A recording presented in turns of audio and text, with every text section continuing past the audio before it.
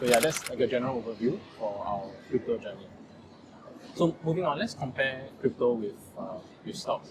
So with stocks, right, it's quite straightforward. You can read the IPO prospectus, or you can read annual reports and earnings calls, things like that. There's like a set rule that, at least for US stocks, the SEC mandates that companies do certain things, report using GAAP numbers.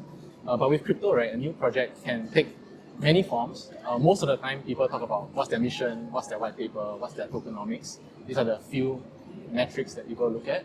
How do you compare them? Is the research similar in terms of effort? So I would say the research is very different. For company, what I would look at is the financials. For crypto, what I would look at instead is the community. The community is the most important part. So let's use Luna for example. I know that Luna already gone, but let's look at Luna for example. The reason Luna grew to such a big crypto was because of its community. The people who buy into Luna, the people who build projects on Luna, and the people who are talking about Luna. So all of this gives Luna value. So without all this, so right now no one has the confidence in Luna. Right. That's why Luna failed.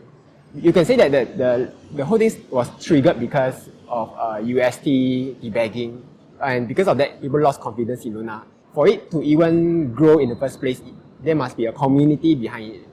So same for Bitcoin. The reason it's the top crypto right now that is because countries and companies are adopting it, and that gives value to Bitcoin. And probably like Dogecoin, not many people are using it. They are mainly using it for pump and dump purpose, I would say. Most transactions are not used in real world. Right. Not like, oh, I split a meal with you, let me send you some Doge. And that doesn't happen very often, is what you're saying. It's mostly speculation. Speculation. So without any real use case for it, crypto will not be able to grow. Right. So yeah, that's the difference between stocks and crypto. Okay. I can share my experience also. So I have invested a little bit in CRO before the debacle where they actually remove a lot of the rewards from tied to their debit card.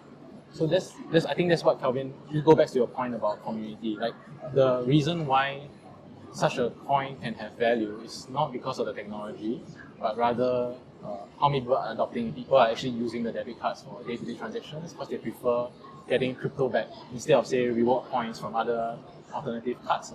So I think just to add on, because of community, you can't value community. So that's why people say it's hard to value crypto. One good way to value crypto is by looking at the total value lot, which is basically the amount of money that's pouring into that crypto itself.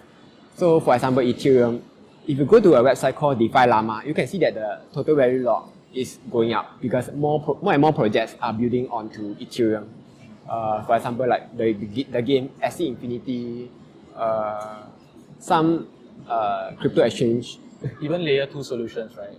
Like Polygon as well. I think those are counted as TVL for Ethereum. Yeah, because so the layer 2s are also all this built. contributes to the value of the crypto lah.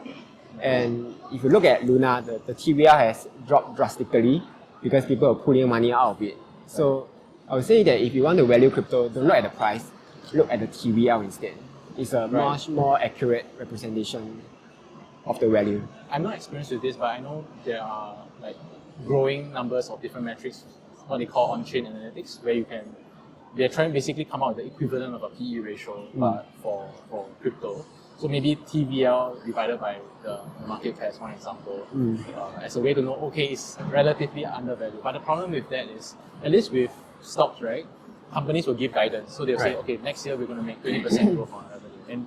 And the guidance, if it's very similar to what other analysts say, you maybe have some level of confidence that it won't stray too far. Say 20% is not going to be like 2%. Right. Unless something major happen, like geopolitical issue or maybe the law change. Right. But with crypto, there's no such thing as a forward guidance. I think that's where it gets tricky as a crypto investor. So then you have to source the information yourself. It's actually like harder in a sense Correct. to figure out where's the TVL going to go for this coin.